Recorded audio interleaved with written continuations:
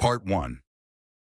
There is a moment that arrives in almost every life that doesn't come with drama or warning. It doesn't announce itself. It doesn't knock loudly.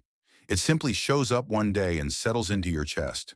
A quiet realization that something has become harder than you expected, and it isn't getting easier the way you were told it would. You wake up and do the things you're supposed to do. You show up. You keep moving. But something feels heavier. The effort costs more. The reward feels smaller. And for the first time, quitting doesn't feel like failure. It feels like relief. Most people don't talk about this moment because it feels personal, weak, isolated, like you're the only one struggling while everyone else seems to be moving forward. But this moment is not rare. It is the doorway. This is where life quietly asks a question it will ask again and again in different forms. Can you keep going? Not loudly, not heroically, but honestly? Most people believe that the ability to keep going comes from motivation, from inspiration, from discipline, from strength. And when those things fade, they assume they've reached the end of their capacity. They haven't. They've reached the end of a misunderstanding. Motivation is not the fuel that carries people through life. It is a spark. Discipline is not the engine. It is a tool. Strength is not the answer. It is a byproduct.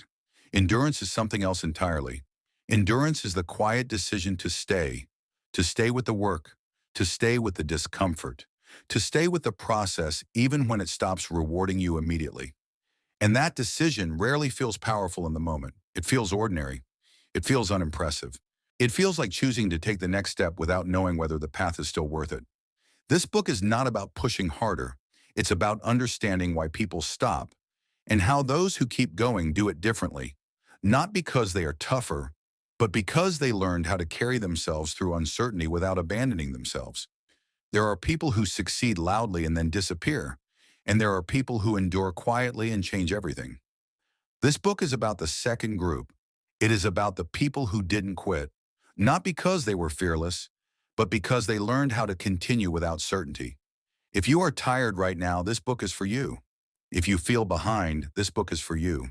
If you've started over more times than you can count, this book is for you.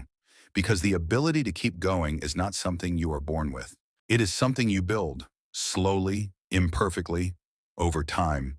And once you understand how it's built, quitting stops feeling inevitable. Part 2. There's a reason motivation feels so powerful in the beginning and so unreliable over time. It's because motivation was never meant to last. It was meant to start movement, not sustain it. The problem is that most people are taught to rely on the spark instead of building the fire. Think about the last time you felt motivated, really motivated. Something clicked. You felt clear, energized, certain. You told yourself, this time is different. And for a while it was. You showed up more consistently. You said no to distractions. You felt aligned with what you were doing. Then life happened. Sleep got shorter. Stress got louder. Results slowed down. And the motivation that once felt so solid began to thin out. Not all at once. Gradually. Until one day you noticed you were pushing instead of moving, forcing instead of flowing. That's when most people assume something is wrong with them. They say things like, I lost my motivation, or I just don't have the drive anymore, as if motivation were a character trait they misplaced. But motivation doesn't disappear. It expires. It was never designed to carry the full weight of a life. Motivation is emotional energy, and emotional energy is volatile. It rises quickly and falls just as fast. It depends on mood, sleep, stress, feedback, and belief. That's why relying on motivation to keep going is like relying on good weather to complete a long journey.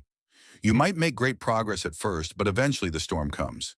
The people who keep going are not more motivated than you. They are less dependent on motivation. They don't ask themselves every day whether they feel like continuing. They build lives where continuing is the default. This distinction matters more than almost anything else. Take someone named Carla. Carla used to wait for motivation to begin. She'd feel inspired, start strong, and then slowly fade. Each time she stopped, she blamed herself. She thought she lacked discipline. She thought she was inconsistent by nature. What Carla eventually realized was that she was asking motivation to do a job it was never meant to do. Motivation can help you start. It cannot help you stay. Staying requires something quieter. It requires rhythm. Rhythm doesn't ask how you feel. Rhythm asks what comes next. When Carla stopped asking herself, "Do I feel like doing this today?" and started asking, "What's the next small step I already decided on?" everything changed. Not dramatically. Steadily, she stopped needing to convince herself every morning. She removed the debate. Debate is where energy drains. Every time you argue with yourself about whether to continue, you spend energy you could have used to move. Over time, that internal friction becomes exhausting. That's when quitting starts to feel like relief. The ability to keep going is not about winning the argument with yourself every day. It's about ending the argument altogether. This is why routines matter, but not in the way most people think. Routines aren't about control, they're about conservation. They conserve mental energy by reducing choice. Choice is expensive. When every day requires a fresh decision to continue, eventually the cost becomes too high. But when continuing is simply what happens next, momentum builds quietly. Now let's talk about something that often gets confused with motivation: passion. People say things like, "If I were really passionate about this, it would be easier." Or, "When you find the right thing, you won't have to push so hard." That idea sounds comforting, but it's misleading. Passion doesn't remove resistance. It changes what resistance feels like. Even people who love what they do experience doubt, fatigue, and boredom. The difference is not that they feel less resistance. It's that they interpret resistance differently. To someone relying on motivation, resistance feels like a signal to stop. To someone who has learned endurance, resistance feels like a normal part of the process. This is a critical shift. The moment you stop interpreting difficulty as failure, you stop panicking when things get hard. You stop questioning your entire path because of a bad week or a slow season. You stop starting over. And starting over is one of the most expensive habits a person can have.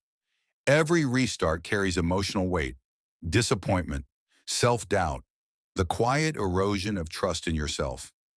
Over time, repeated restarting teaches your nervous system that effort leads to abandonment. That's when people stop trying altogether. The ability to keep going protects you from that pattern. It doesn't make life easy, it makes life continuous. There's a subtle power in continuity that most people underestimate. When you don't quit, even when you slow down, you preserve something essential: identity momentum.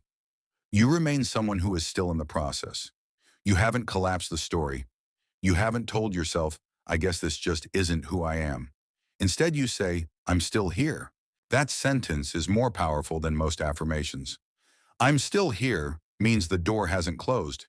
It means tomorrow is still connected to today. It means effort hasn't been erased. People who rely on motivation experience life in bursts. People who build endurance experience life as a line. That line may dip, it may flatten, it may bend, but it doesn't break.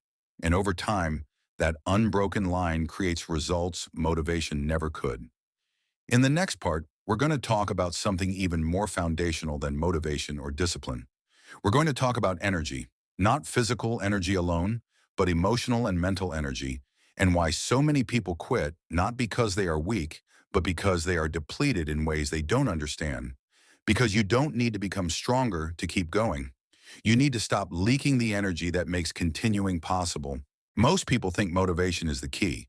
They say, "If I could just stay motivated, I'd be fine." They say, "I need to get motivated again." They say, "I lost my motivation." But motivation was never meant to last. Motivation is like a good speech. It can move you for a while. It can get you started. But it wears off. And when it does, life doesn't stop asking things of you. That's where people get confused. They think the problem is that they don't have enough motivation. The real problem is that they built their life on something temporary. You don't build a long road on a short burst of energy. Think about anything you've ever done for a long time: a job, a relationship, raising kids, learning a skill. None of it lasted because you felt motivated every day. It lasted because you showed up even when you didn't feel like it. That's not strength. That's structure. The people who keep going are not stronger than you. They are just less dependent on how they feel. They don't wake up every morning asking, Do I feel like doing this today? They already decided. Decision removes struggle. Indecision creates it. Every time you wake up and debate with yourself, you spend energy. And energy is limited. That's why people feel tired before they even start. They've been arguing with themselves all morning. Should I go? Should I stop? Is this worth it? Maybe tomorrow. That argument will wear you out faster than the work ever could. The ability to keep going starts when you stop negotiating with yourself. Not about everything, just about the important things. You don't decide every day whether to brush your teeth. You don't debate whether to put your shoes on. You don't wonder if you should eat. Those things are settled. The people who keep going settle more decisions ahead of time. They don't rely on inspiration, they rely on routine. Now let's talk about something else people misunderstand. People say, if this were really right for me, it wouldn't feel so hard. That sounds reasonable. It just isn't true. Anything worthwhile gets hard at some point. Work gets hard. Marriage gets hard. Learning gets hard. Staying consistent gets hard. Difficulty is not a sign to quit. It's a sign that you're doing something long enough for it to matter. The mistake people make is thinking difficulty means danger. It doesn't. Most of the time, difficulty just means effort. Effort feels uncomfortable when you're not used to staying with it, and this is where many people quit. Not because things are impossible, but because things stop being exciting. Excitement is loud, progress is quiet. In the beginning, everything feels new. Then it feels ordinary. That's when people stop. They say, I don't feel the same about this anymore. Of course you don't. You're past the honeymoon, but life is built after the honeymoon. Here's another simple truth. Starting over is expensive. Every time you quit, you pay a price. Not just in lost progress, but in trust. You teach yourself that effort is temporary, that when things get uncomfortable, you leave. After a while, your mind stops believing you when you say you'll stick with something. That's when people feel stuck. Not because they lack ability, but because they lack continuity. The ability to keep going protects your self-trust. Even slow progress keeps your story intact. You don't erase what you've built. You don't have to start again from zero. You're still in motion. That matters more than speed. Here's a sentence that has helped a lot of people. I'm not quitting. I'm just slowing down. That sentence keeps the door open. Slowing down is allowed. Resting is allowed. Adjusting is allowed. Quitting is the only thing that breaks the chain. People who last understand this. They don't push harder when they're tired. They simplify. They don't demand more from themselves. They reduce friction. They don't ask, how do I get motivated again?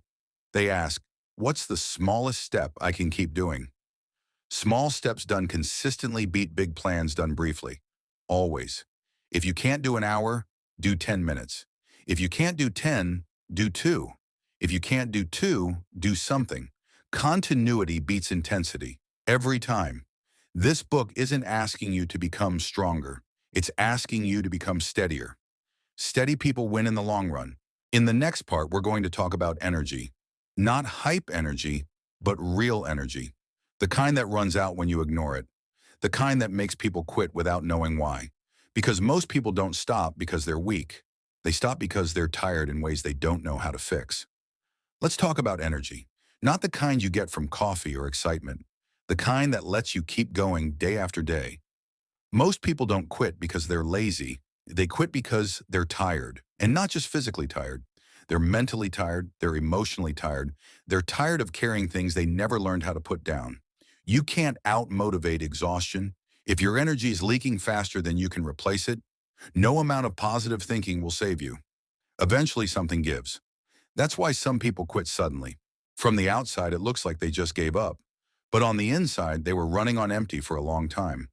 Energy works like a bank account. If you keep withdrawing and never deposit, you go broke. And most people are overdrafting their energy every single day. They say yes too often. They keep problems unsolved. They carry worry they should have addressed. They live with clutter, mental and physical. They don't rest properly. All of that costs energy. Here's a simple truth. What you tolerate drains you. Unfinished business drains you. Messy environments drain you. Unclear priorities drain you. Saying yes when you mean no drains you. People think these things are harmless. They're not. They're quiet thieves. You don't feel them all at once. You feel them over time. Then one day you wake up and think, I don't have it in me anymore. What you really mean is, I've been leaking energy for years. People who keep going are not superheroes. They are managers. They manage their energy. They don't let everything into their lives. They choose. They don't live on adrenaline. They live on rhythm. They know when to push. They know when to pause. They know when to stop adding things. Here's something Jim Rohn used to say in his own way. You don't have to do everything, but you do have to do the right things. Most people are exhausted because they're busy doing the wrong things well. They fill their days but starve their direction. If you want to keep going, you need fewer drains and more returns. So ask yourself a few honest questions. What problem have I been avoiding that costs me energy every day? What conversation do I keep postponing? What commitment no longer fits who I'm becoming? Solving one old problem gives you more energy than starting 10 new projects. Another simple truth. Rest is not quitting. Rest is maintenance. Machines break when they're never serviced. People do too. But rest only works when it's real rest. Scrolling is not rest. Complaining is not rest. Escaping responsibility is not rest. Rest is stepping away without guilt. People who last give themselves permission to recover. They don't call rest laziness. They don't punish themselves for slowing down. They understand something important. You don't win by sprinting the whole race. You win by pacing yourself so you can finish. Now let's talk about something uncomfortable. Some people are tired because they're living out of alignment.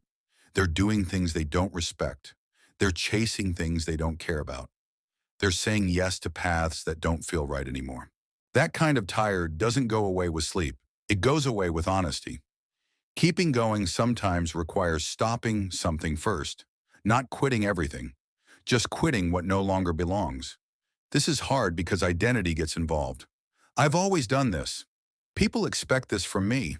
I don't know who I'd be without it, but carrying what no longer fits will drain you until you stop moving. The ability to keep going sometimes begins with letting go. Here's a helpful distinction. There's a difference between hard and heavy. Hard work can energize you. Heavy work exhausts you. Hard means effort. Heavy means misalignment. If something feels heavy all the time, pay attention. That's information. People who keep going listen to those signals. They don't panic, they adjust. They don't say, I can't do this anymore, and they say something needs to change. That's wisdom. Now here's one of the most important ideas in this book. You don't need more energy to keep going. You need less leakage. Fix the leaks, and your existing energy will carry you farther than you think. Clean up one loose end. Say no to one draining commitment. Finish one overdue task. You'll feel the difference immediately, not euphoric. Clear. Clarity restores energy, and energy restores movement. In the next part, we're going to talk about something very simple and very powerful. Momentum. Not hype momentum, real momentum. The kind that builds quietly and keeps you moving even when life gets heavy. Because once momentum is working for you, keeping going feels less like effort and more like gravity. Let's talk about momentum. Momentum is not excitement. Momentum is not speed. Momentum is not intensity. Momentum is simply progress that keeps rolling. Most people think they need a big push to get momentum. They don't. Big pushes wear you out. What creates momentum is movement you don't stop. Think about a heavy wheel. Getting it started is hard. Keeping it moving is easier. Stopping it completely is what makes starting painful again. That's why stopping is so costly. Every time you stop, you pay twice. Once for stopping, once for starting again. People underestimate how expensive stopping really is. They say things like, I just needed a break. But what they really did was shut the engine off completely. There's a difference between slowing down and stopping. Slowing down keeps momentum alive. Stopping kills it. The people who keep going learn this early. When life gets hard, they don't quit the whole thing. They shrink the thing. They don't abandon the habit. They reduce the size of it. They don't disappear. They stay visible to themselves. Here's a simple rule that works in almost every area of life. Never miss twice. If you miss a day, fine. If you miss a week, recover. But don't let one miss turn into a pattern. Momentum doesn't require perfection. It requires continuity.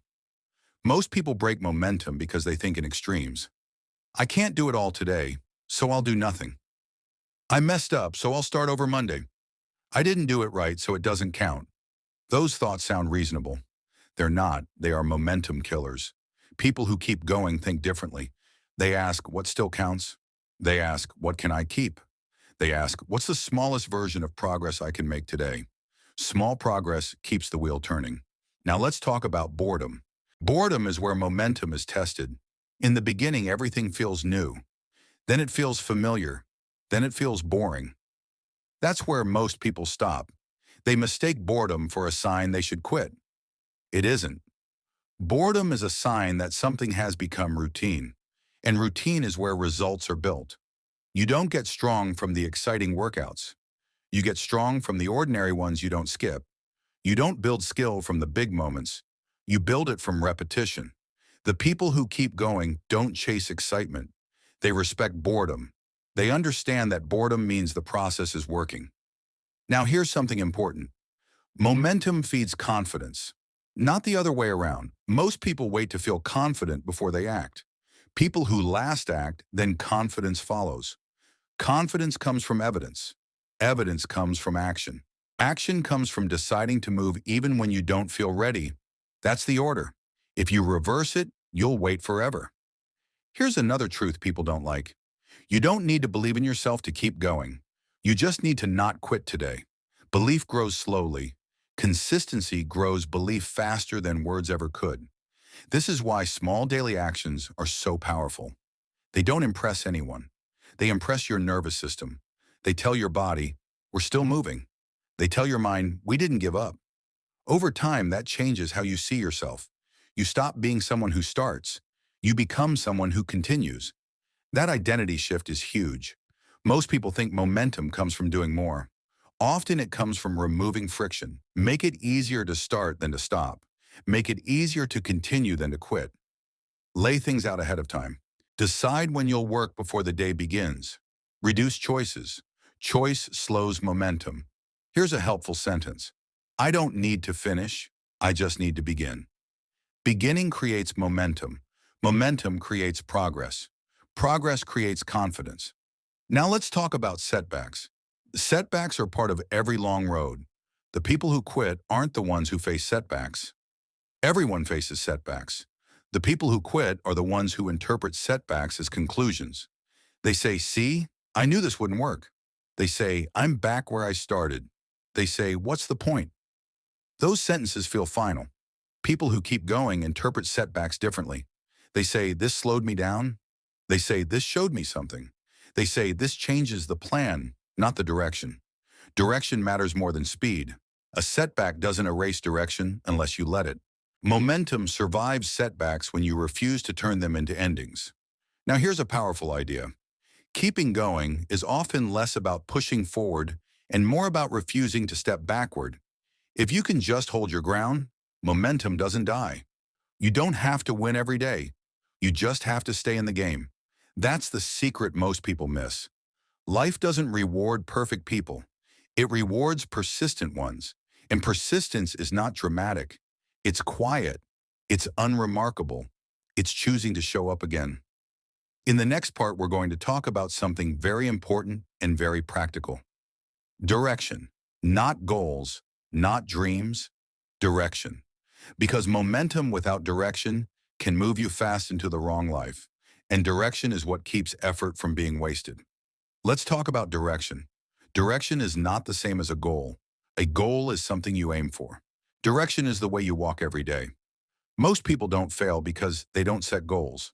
They fail because they walk in the wrong direction for a long time without noticing. You can work hard, stay busy, and still feel like you're going nowhere. That usually means your effort has direction problems, not effort problems. Here's how you can tell. If you feel tired but not satisfied, check your direction. If you're busy but not calmer, check your direction.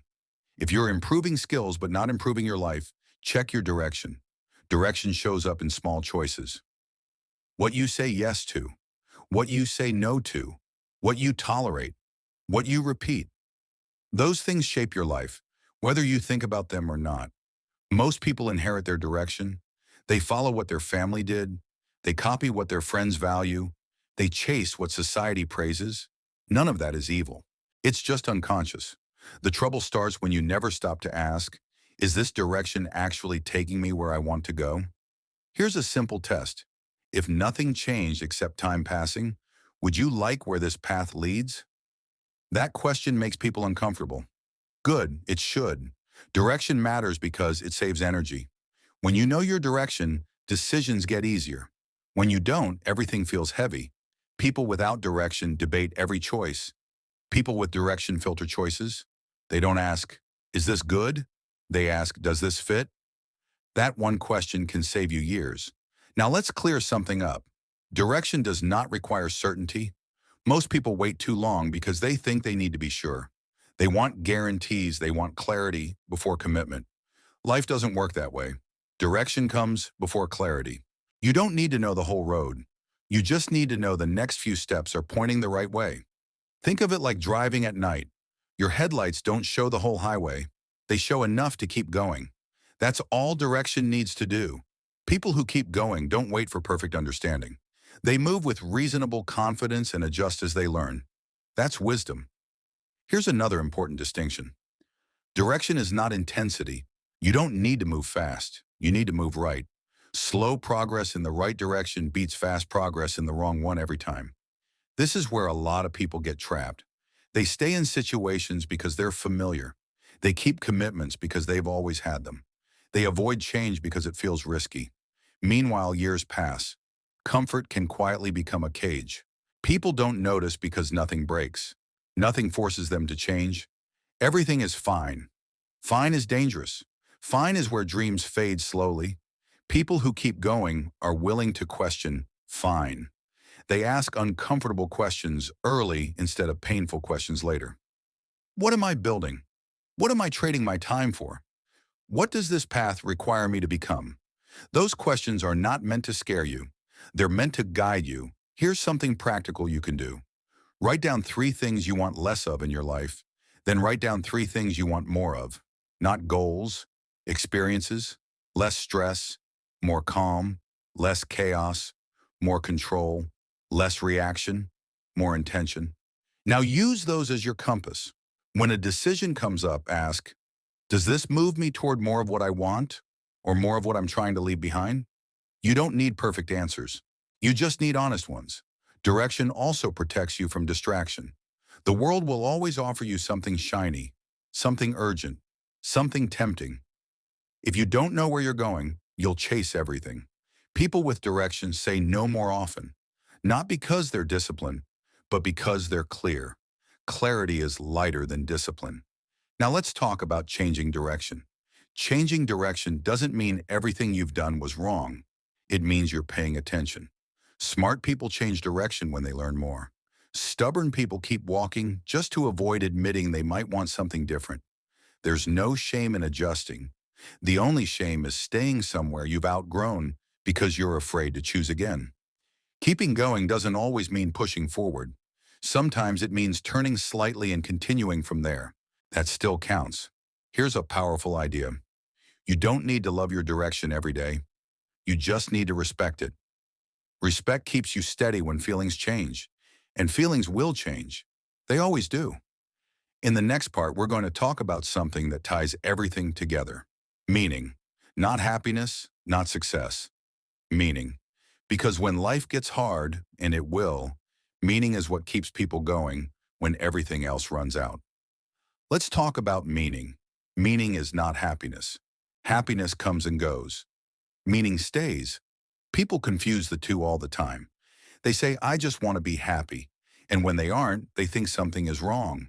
But happiness was never meant to carry the weight of a life. It's a feeling. Feelings change. Meaning is different. Meaning is the reason you get up when you don't feel good. Meaning is why you keep going when things don't improve right away. Meaning is what steadies you when motivation is gone.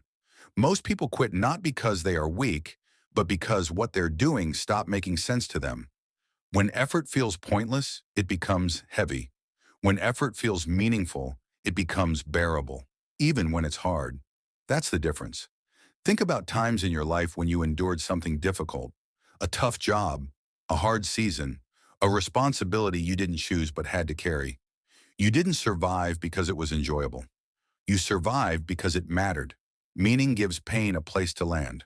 Without meaning, pain feels like punishment. With meaning, pain feels like part of the price. There's a big difference between the two. People who keep going don't have easier lives. They just have clearer reasons. Now here's the part most people miss. Meaning doesn't arrive fully formed. You don't wake up one day and say, now I know exactly why I'm here. Meaning is built the same way endurance is built. Over time, through responsibility. Meaning grows when you take ownership of something and don't walk away when it gets hard. A family, a craft, a promise, a path. You don't find meaning by chasing pleasure. You find it by committing to something worth carrying. This is why comfort alone makes people restless. If your life is easy but empty, you'll feel it. If your life is demanding but meaningful, you can tolerate a lot. Now let's be practical. Ask yourself this simple question. What am I doing right now that would still feel worth it even if it stays hard for a while? That question cuts through a lot of noise. It doesn't require certainty. It doesn't require perfection. It just requires honesty. Meaning doesn't have to be grand. It doesn't have to impress anyone. It just has to matter to you. Raising your kids well, being dependable, building something slowly, becoming someone you respect. Those are quiet meanings, but they're strong. People who lack meaning feel lost even when things are going well. People with meaning can tolerate struggle without losing themselves. That's why some people crumble when success doesn't come fast, while others keep going even when progress is slow. Meaning steadies the ship. Here's something important. You don't need to know your life's purpose to keep going. That idea has discouraged more people than it has helped. You don't need a grand mission. You need a reason that survives bad days. Meaning can be as simple as this. I'm building a better version of my life, one step at a time. I'm not giving up on myself. I'm doing the work now so the future is lighter. Those reasons are enough. Another truth people don't like to hear. Meaning often shows up after commitment, not before. People wait to feel inspired, then commit. The people who last commit, then inspiration follows. You don't wait until something feels meaningful to take it seriously.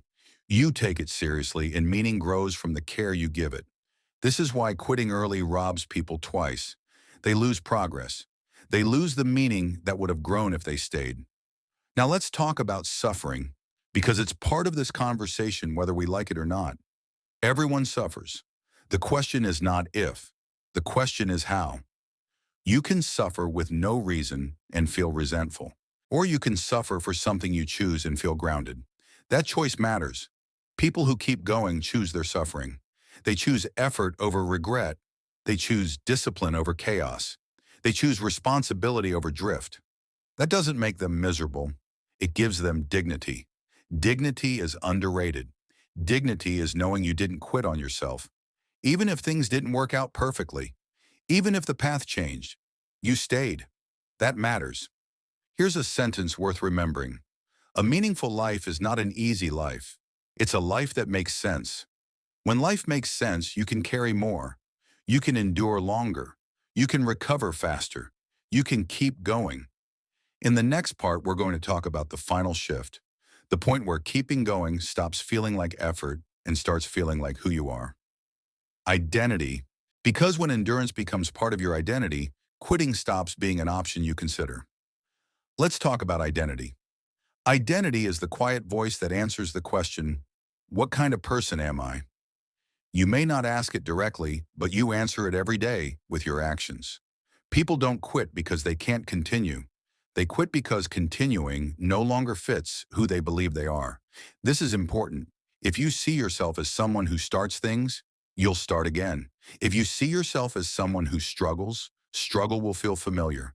If you see yourself as someone who survives, survival will become the limit. Identity sets the ceiling. Most people don't choose their identity. They inherit it from childhood, from past failures, from labels that stuck, from stories they told themselves when they were younger and never updated. I've always been like this. I'm just not consistent. I'm not the kind of person who finishes things. Those sentences sound harmless. They aren't. They are instructions. Your mind works hard to stay consistent with the story it believes. If your story says quitting is normal, quitting will feel reasonable. If your story says persistence is who you are, stopping will feel uncomfortable. This is why change feels strange at first. When you begin to keep going longer than usual, your identity pushes back. It says, "This isn't us." That resistance is not a warning. It's a sign you're updating the story. Think about someone named Paul. Paul had a pattern. He would get excited, commit hard, then disappear. Not because he didn't care, because when things got boring or uncertain, he felt exposed. Continuing felt risky. Quitting felt familiar. One day Paul made a small change. He stopped promising himself big futures. He started proving small truths. He didn't say, "I'm going to change my life." He said, "I'm not quitting today." That was it. And then he did it again. And again. And again. Nothing dramatic happened, but something quiet did. His self-trust grew. Self-trust is built the same way trust with others is built, through kept promises, not big ones, small ones. When you keep small promises to yourself, your identity shifts naturally. You don't have to convince yourself, you show yourself. Over time, Paul stopped seeing himself as someone who fades. He became someone who stays a little longer than before. That's how identity changes. Not through declarations, through evidence. Here's a simple truth. Your identity is always catching up to your behavior. If you act differently long enough, your self-image has to adjust. That's why consistency matters more than intensity. Intensity impresses your imagination. Consistency convinces your nervous system. Now let's clear up a mistake people make. They think identity means personality. It doesn't. Identity is not "I'm outgoing" or "I'm introverted." Identity is "I'm someone who follows through" or "I'm someone who disappears." That's a choice you can influence. You don't need to become a new person. You need to stop reinforcing an old one. Pay attention to the words you use about yourself. "I can't stick with things." "I always mess this up." "I never finish." Those sentences keep the old identity alive. Try replacing them with something true but less limiting. "I'm learning to stay longer." "I'm practicing consistency." "I'm not done yet." These aren't affirmations. They're accurate descriptions of behavior and progress.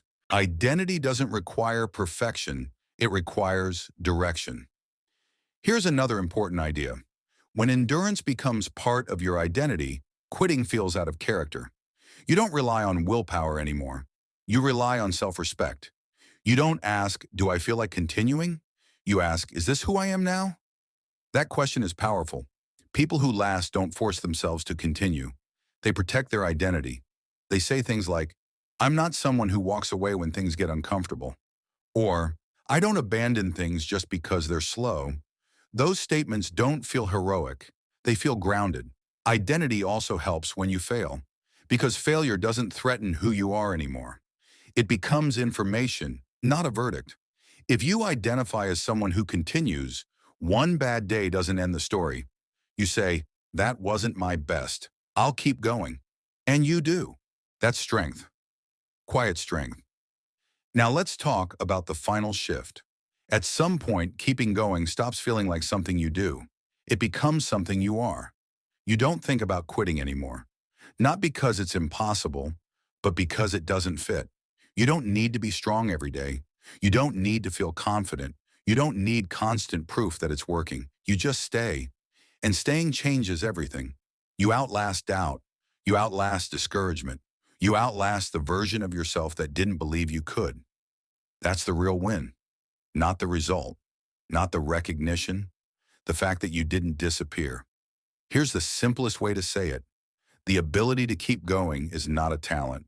It's a practice. You practice it by not quitting today. You practice it by staying when it's boring.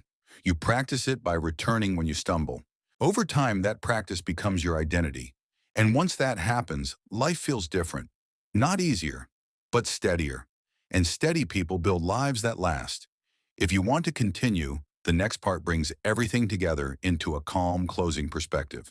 How to live this way long term, without pressure, without burnout, without turning life into a constant test. Let's bring this home, not with a big ending, Not with a speech, just with clarity. Most people think life is won by big moments, big decisions, big breakthroughs. But when you look closely at the lives that actually work, you see something quieter. They are built by people who didn't disappear. They didn't always win. They didn't always know what they were doing. They didn't always feel confident or sure. They just stayed. They stayed when things slowed down. They stayed when praise stopped. They stayed when effort wasn't rewarded right away. And because they stayed, something important happened. Their life stopped resetting. That's the real cost of quitting that nobody talks about. Every time you quit, you reset the clock. You lose the compounding of effort. You lose the continuity of identity. You lose the calm that comes from knowing you're still in the game. Keeping going preserves the line. You don't fall back to zero. You don't erase the story. You don't have to rebuild belief from scratch. You're still moving. This is why the goal of this book was never to make you intense. Intensity burns people out. The goal was to help you become steady. Steady people don't look impressive in the beginning. They don't announce themselves. They don't rush. But over time, they pass everyone who sprints and stops. Steady people make fewer promises and keep more of them.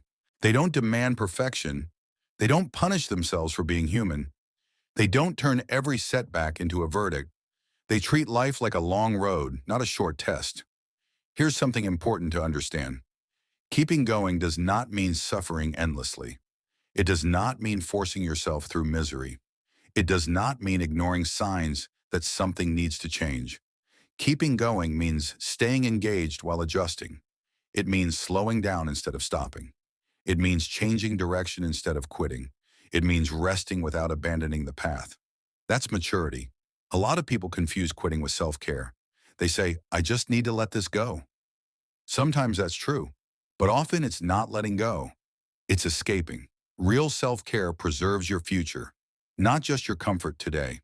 There's a big difference between rest and retreat. Rest prepares you to continue. Retreat trains you to avoid. People who keep going know how to rest properly. They don't disappear. They pause with intention and return without drama.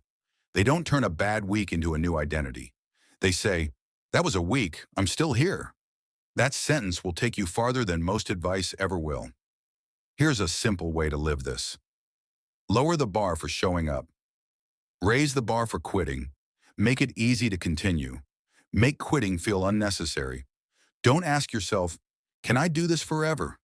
Ask yourself, can I do this today? Today is manageable. Forever is overwhelming. The people who keep going win because they live one day at a time without losing the direction of their life. Now let's talk about pressure. Pressure ruins endurance. When you turn life into a constant performance, you exhaust yourself. When everything feels like it has to prove something, continuing becomes heavy. Steady people remove pressure. They stop needing every effort to justify itself immediately.